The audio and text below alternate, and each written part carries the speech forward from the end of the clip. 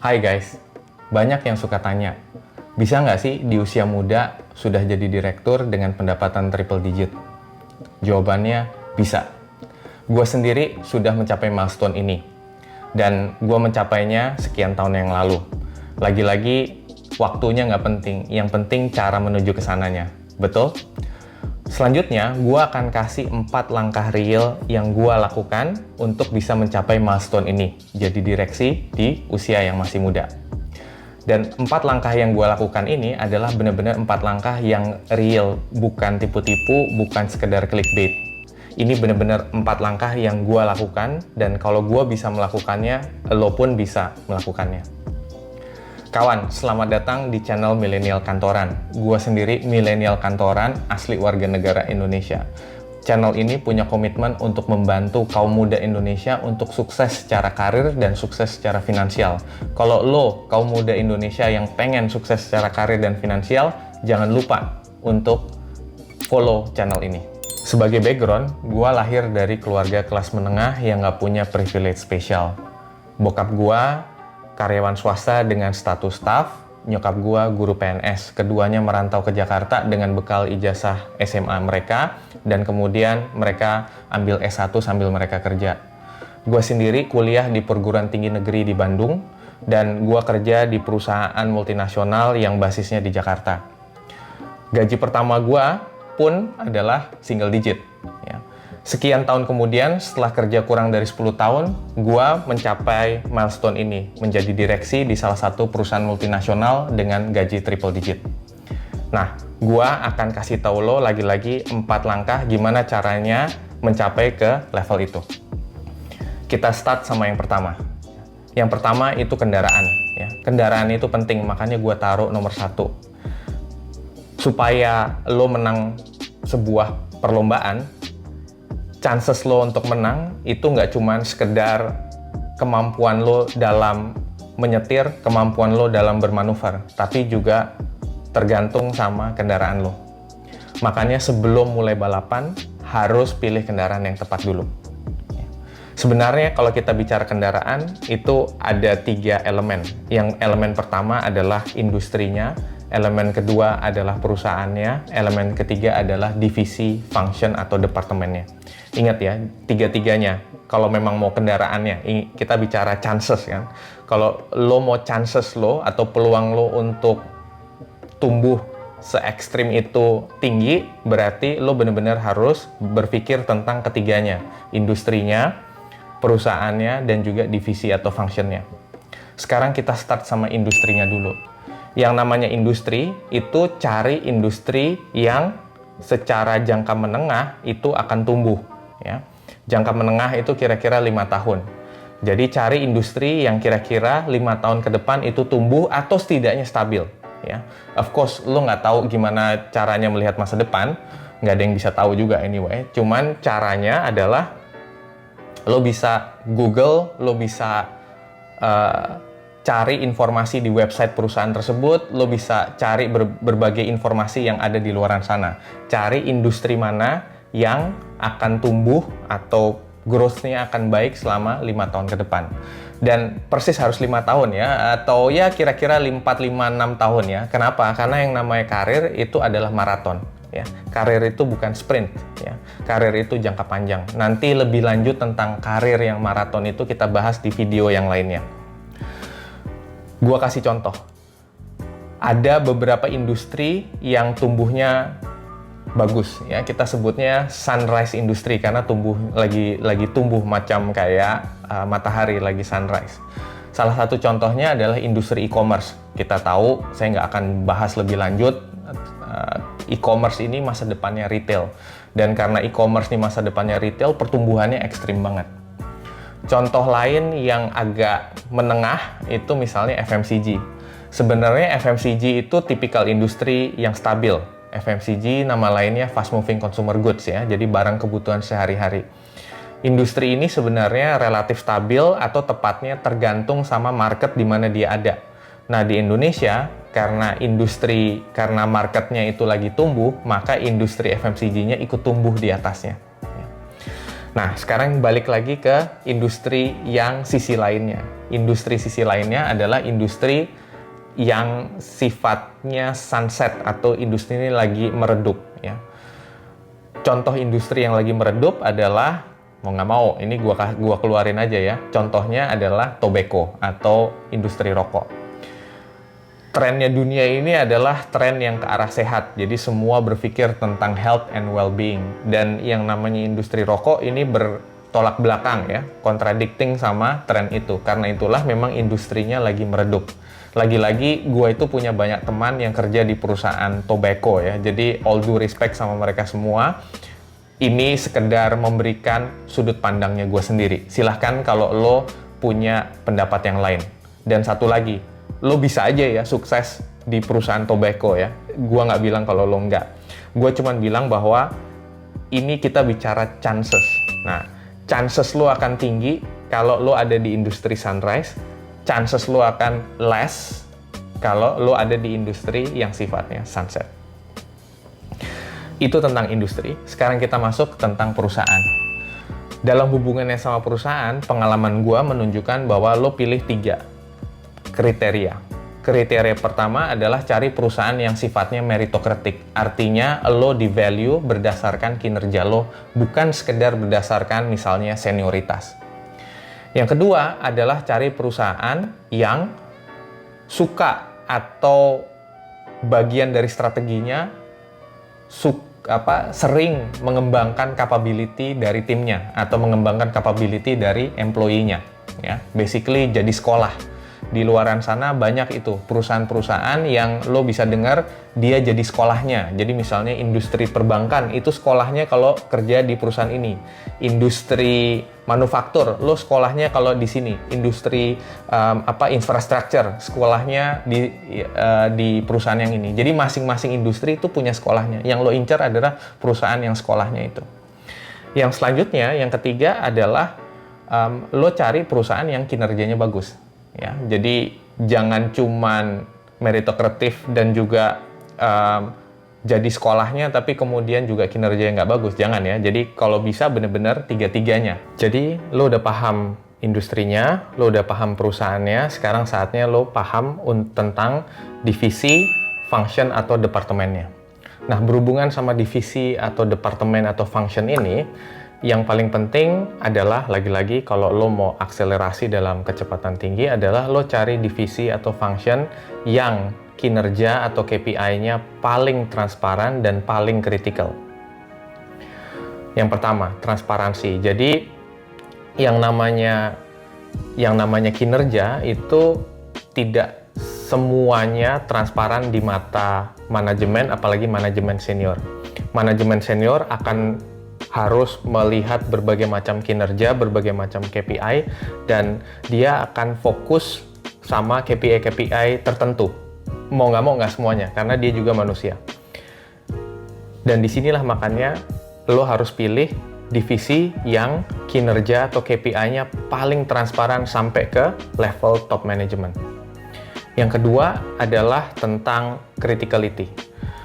Untuk menjelaskan criticality, gue jelaskan ini dulu ya. Jadi bahwa di dalam perusahaan itu kan ada berbagai macam divisi ya.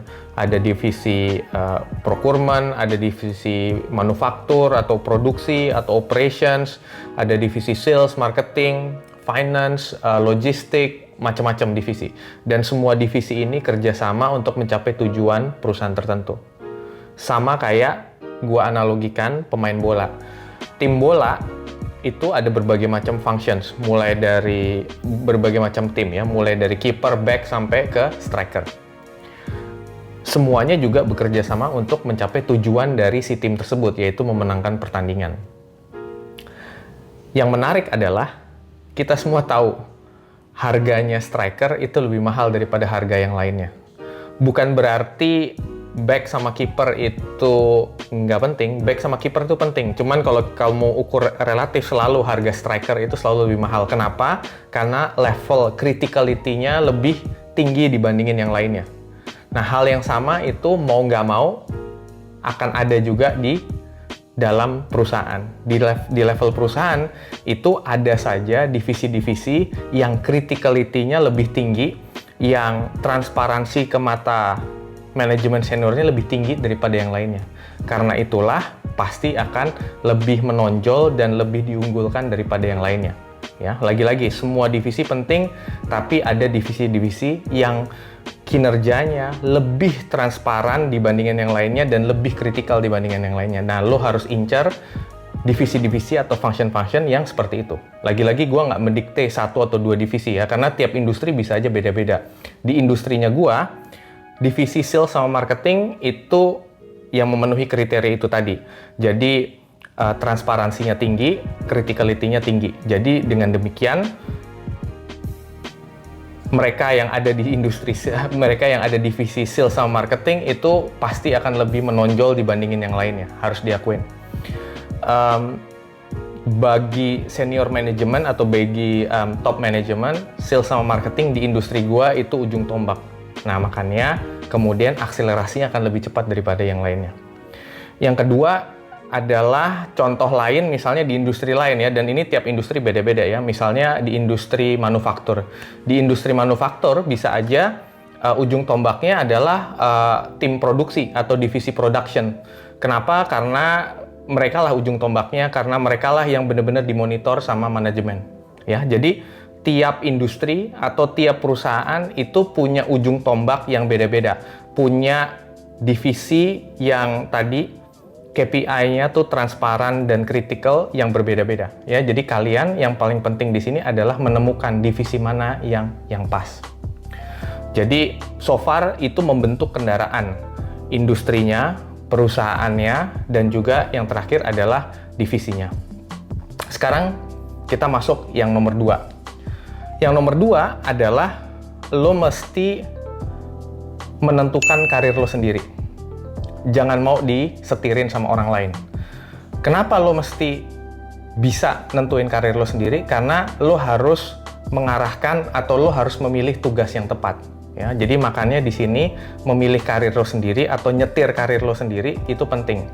Kebanyakan dari kita berpikir bahwa kita nunggu company yang nentuin karir kita. Enggak, ya. Jadi company itu nentuin karir kita kalau maksudnya satu-satunya penentu karir itu company kalau kita nggak ngapa-ngapain. Padahal sebenarnya kita tuh bisa memberikan masukan. Kita bisa memberikan ininya kita, memberikan memberikan kemauannya kita. Jadi yang harus dilakukan adalah melakukan yang namanya hal-hal atau aktivitas yang sistematis dan terstruktur untuk mengutarakan maunya kita ke company, ya. Dan ini macam-macam caranya. Jadi misalnya di setiap tahun kan pasti akan ada performance appraisal. Di dalam performance appraisal, ungkapkanlah kamu arahnya mau kemana, ya. Jadi setiap role atau function itu bisa arah ke kiri, bisa arah ke kanan, bisa arah lurus ya, bisa berbagai macam arah. Jadi tentuin arahnya mau kemana. Itu bisa pas lagi performance appraisal, bisa juga pas lagi sesi-sesi yang lainnya. Intinya lo harus secara gamblang menunjukkan maunya di mana. Ini penting karena langkahnya adalah yang tadi gue bilang, lo harus nentuin tugas yang lo mau. Nah, tugas yang tepat ya. Karena lagi-lagi kan pengennya akselerasi yang tinggi. Dan untuk mendapatkan tugas yang tepat adalah tugas yang paling susah. Ya, jadi lo nggak dengar salah. Jadi tugas yang paling tepat kalau lo mau akselerasi paling kencang adalah lo pilih tugas yang paling susah. Kenapa? Karena tugas yang paling susah itu akan membuat lo punya ruang atau panggung sukses yang paling besar. Ya. Of course, di sisi lain ini kayak semacam high risk, high return. Di sisi lain, tugas yang paling susah berarti kemungkinan gagalnya lebih besar daripada tugas lain. Tapi begitu lo berhasil, lo akan dipandang sama banyak orang. Lo akan dapat panggung sukses yang lebih besar daripada yang lainnya. Jadi ini pentingnya lo pilih tugas yang susah. Dan lagi-lagi kalau mau akselerasi, pilih tugas yang tepat, yaitu tugas yang paling susah. Nah, bahwa nanti pas lo tugas yang susah itu pasti banyak tantangan, banyak stres, itu wajar. Namanya juga lo pilih tugas yang paling susah. Nah, makanya nanti kita akan bahas juga, gue akan bahas di video gue yang lainnya, itu tentang pelepasan sehat, tentang untuk mengelola stres, ya. Itu nanti ada di video yang berikutnya. Jadi, so far kita udah melalui 2 langkah, ya. Kalau lo ngerasa 2 langkah ini berguna buat lo, jangan lupa like videonya, ya. Kita lanjut dulu ke langkah yang nomor 3. Jadi, yang langkah nomor 3 adalah endurance, ya. Endurance itu berarti daya tahan sampai ke garis finish. Nah, itu endurance, ya. Dan ini penting karena banyak banyak kalau gua ngobrol sama beberapa kolega lain yang sama-sama sudah di posisi leadership, mereka juga menyayangkan karena banyak kaum muda Indonesia itu berpotensi, berbakat, tapi endurance-nya nggak kuat, ya. Endurance-nya nggak tahan lama. Jadi begitu dikompres atau dihantam sama berbagai macam stres, udah langsung lepas duluan. Jadi ini yang nggak boleh terjadi. Lo mesti endure sampai garis finish, ya. Karena gue ngomong garis finish, jadi lo mesti tahu garis finishnya tugas lo apa. Jadi setiap assignment atau setiap role itu punya garis finish, punya titik paripurna. Kan nanti tugasnya adalah lo harus endure sampai titik paripurna. Nah, lo mesti tahu dulu titik paripurnanya tugas lo tuh apa. Ada beberapa role yang misalnya titik paripurnanya itu adalah misalnya lo account manager. Titik paripurna lo bisa aja deliver sales yang paling tinggi, deliver sales secara continuous dan juga pertumbuhannya di atas rata-rata selama 2 atau 3 tahun berturut-turut. Itu berarti garis finishnya lo. Atau ada lain, misalnya titik paripurna lo adalah misalnya lo orang productions, titik paripurna lo adalah mencapai kapasitas produksi tertentu dalam periode waktu tertentu atau efisiensi tertentu misalnya. Atau kalau lo finance, ya, bisa aja paripurna lo adalah mencapai ROI tertentu atau level cash flow tertentu dan seterusnya. Jadi setiap assignment itu punya titik paripurna atau punya titik final. Yang lo harus lakukan adalah lo menemukan titik final itu dan lo endure sampai akhir. Jadi endurance ini penting sampai akhir. Yang gue mau jelasin selanjutnya adalah pas menuju ke garis finish itu pasti aja ada ups and downs, ya. Dan jadi ada high, ada low, ya. Ada highlights, ada lowlights. Nah, di periode-periode yang low light sekalipun, lo jangan mundur, ya. Kalaupun lo resign dalam posisi teratas. Jangan resign di posisi paling bawah, karena kalau lo resign di posisi paling bawah, bargaining position lo juga paling bawah. Sebaliknya, kalau lo resign di posisi atas, bargaining position lo ada di paling atas, ya. Segala sesuatu yang berhubungan sama resign, posisi atas, posisi bawah ini nanti kalau lo emang pengen gua ngebahas lebih lanjut di video-video berikutnya, silahkan, ya, tinggal klik atau tinggal komen di bawah ini. Nanti gua akan bikinin video kalau lo emang kepengen bikin video tentang itu, ya. Jadi balik lagi, ini semua tentang endurance. Lo harus endure sampai garis finish. Nah, terus kemudian yang terakhir, langkah keempat, last but definitely not least, langkah keempat adalah menjual diri. Yap, lo juga nggak dengar ini salah, jadi ini benar. Lo harus bisa menjual diri. Menjual apa? Menjual kinerja lo ke orang-orang yang tepat dengan cara yang tepat, ya. Dan ini berbeda sama menjilat, ya. Jadi menjilat itu berarti lo mengutarakan mengambil hati, ya, mengutarakan dengan pujian atau hal-hal yang sifatnya superficial, tujuannya mengambil hati tapi tidak diiringi sama kinerja. Itu baru namanya menjilat. Tapi kalau lo benar-benar menunjukkan hasil kinerja lo yang bagus, ya, menunjukkan hasil kinerja lo yang bagus ke orang-orang yang tepat dengan cara yang tepat, itu artinya namanya lo bisa menjual diri lo dengan baik. Oke, so teman-teman, itu 4 hal yang exactly gue lakukan selama ini untuk bisa mencapai ke milestone gue yang sekarang, jadi direksi dengan gaji triple digit, walaupun di usia yang masih muda. 4 hal itu adalah yang nomor 1, kendaraan. Jadi lo pilih kendaraan yang tepat, ingat industri, perusahaan, divisi. Yang kedua adalah lo harus setir karir lo sendiri, jangan mau disetir sama perusahaan. Dan yang paling penting adalah pilih tugas yang paling berat. Ya. Tugas yang tepat adalah tugas yang paling berat. Yang ketiga adalah endurance. Lo harus endure sampai garis finish. Lo harus endure sampai paripurna. Karena begitu lo paripurna, lo baru naik ke level berikutnya. Dan yang keempat, lo harus mampu untuk menjual diri secara tepat ke orang yang tepat.